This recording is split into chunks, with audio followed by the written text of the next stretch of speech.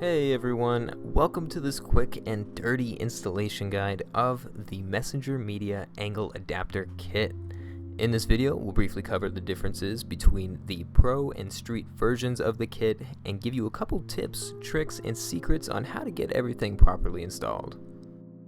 To start off, we want to explain the differences between the Pro and Street versions, with the main difference being the Street version will allow you guys to keep those reliable and durable OEM Mazda outer tie rods, while the Pro version requires you to switch it up and run a Heim joint end. The benefit to running a Heim joint tie rod end is you're going to get better articulation, better Ackerman settings, and overall more steering angle, around 50 degrees. Now with the stock tie rod ends, we are limited to around 45 degrees at the moment and forced to run a more negative Ackerman setup, which for some people may not be their driving style. But if you do want to retain those OEM tie rod ends, the Street version will be for you. On the screen now is a list of the included parts in each kit. If you need to reference them later at all, they are also posted on the Messenger Media website, along with any additional information and drawings you may need. With that out of the way, enough wasting your time with the details, and let's get right into the installation. The first thing we're going to want to do is get the car jacked up off the ground. Guys, I know these cars are light, but please make sure you're properly supporting the vehicle in the correct locations. I even like to throw a couple jacks or a spare wheel under the subframe just in case. Now, go ahead and remove both the front wheels. You can leave the rear on the ground like I did here. We're only going to be focused on that front end. So, with the front wheels removed, we'll want to start by separating that stock outer tie rod from the knuckle.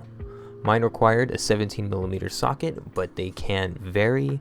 I also know in this video this isn't an OEM Miata tie rod, but please, for the sake of the installation, we're just going to pretend that it is. Here, you'll also see that we will need to trim or remove that brake dust shield in order to make room for the angle adapters, so feel free to pause the video and use my cuts as a template to see where you need to trim those. With the tie rod removed from the knuckle, we'll have better access to that lower ball joint castle nut.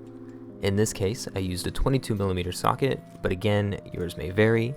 I find that using an impact and applying some pressure to the lower control arm can help when that ball joint just wants to spin in its socket. At this point, I'd also recommend replacing the lower ball joints if you haven't already. In my case, these are brand new, so we're going to go ahead and leave them on. And this kit is also compatible with the extended lower ball joints for the guys that want to run a little bit of extra camber in the front. Here on the screen, you're going to see some of the differences between the Pro and the Street angle adapters. We're going to start the installation with one of the Street version adapters.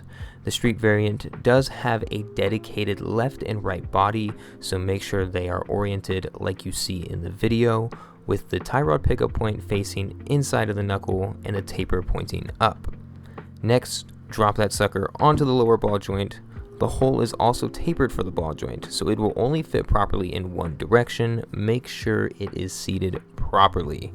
Then go ahead and drop that knuckle back onto the lower ball joint, sandwiching the bracket in place, and thread the castle nut back on just hand tight for now. We're not quite ready to torque everything down. Alright, next grab the 1/2-inch bolt and nylon locking nut included with the kit and slide it through the original pickup point on the knuckle.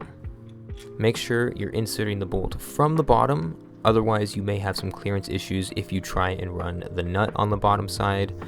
Again, only leave these hand tight. We will be removing them in just a second.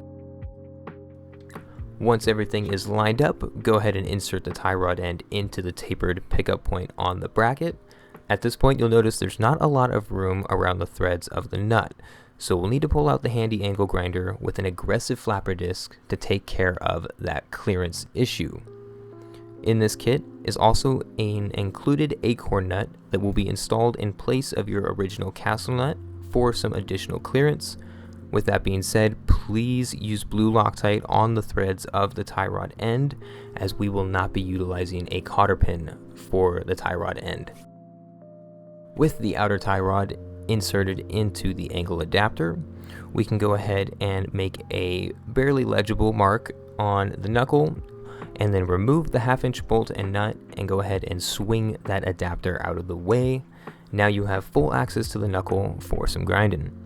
Go ahead and wear some face protection for this part and make sure to touch up any exposed metal with a little bit of spray paint. And that's essentially it for the street version.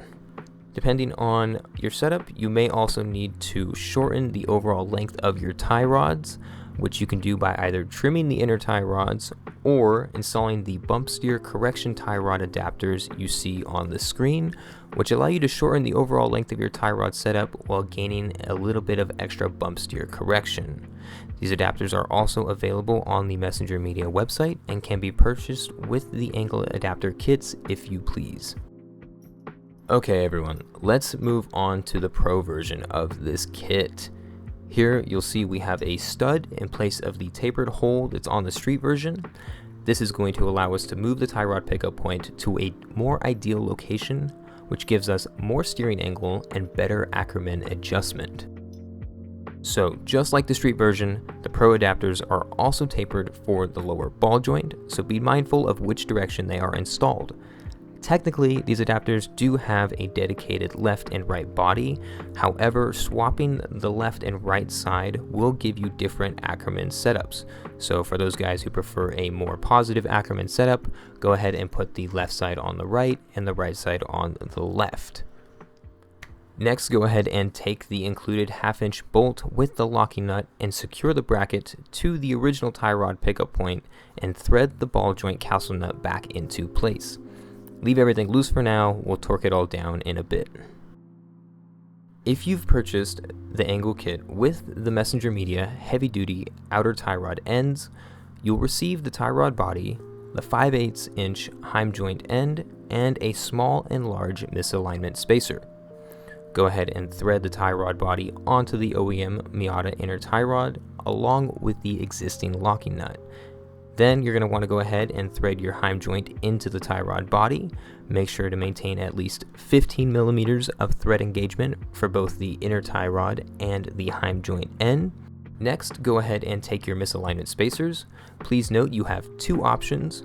You have a smaller and a larger misalignment spacer.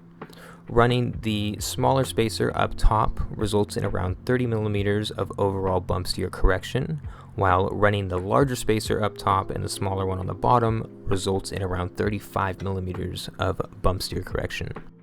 Once you've decided how much bump steer correction you'd like, go ahead and snug up the M12 locking nut supplied with the kit. Here you'll also notice I'm running an offset heim joint end. This is an available option that provides additional clearance between the OEM lower control arm and the tie rod assembly. Using a traditional straight heim joint end will work as well, however, you may start to run into some clearance issues between the inner tie rods and the lower control arms, or you may be required to run a less ideal alignment spec in order to get everything to fit properly. Once you have everything in place, go ahead and torque down that lower ball joint castle nut to around 57 foot-pounds. Please make sure that you put the cotter pin back in place and bend it. The 1/2" bolt and nut are going to be torqued to around 45 foot-pounds, and lastly the heim joint M12 nut to around 65 foot-pounds. Alright, and really that's it. From this point, you have the kit installed. Go ahead and look back and marvel at all your newly acquired steering angle. Make sure to test clearances of everything, go lock to lock, load up the suspension, make sure nothing is binding before you put the car back on the ground. You will also definitely need to get an alignment, so either pull out the toe plates or take it to your favorite alignment shop. Thank you guys, and I hope you found this install video helpful. For anyone who had any questions, feel free to reach out to me at any of my socials for any additional inquiries or concerns you may have. Later guys.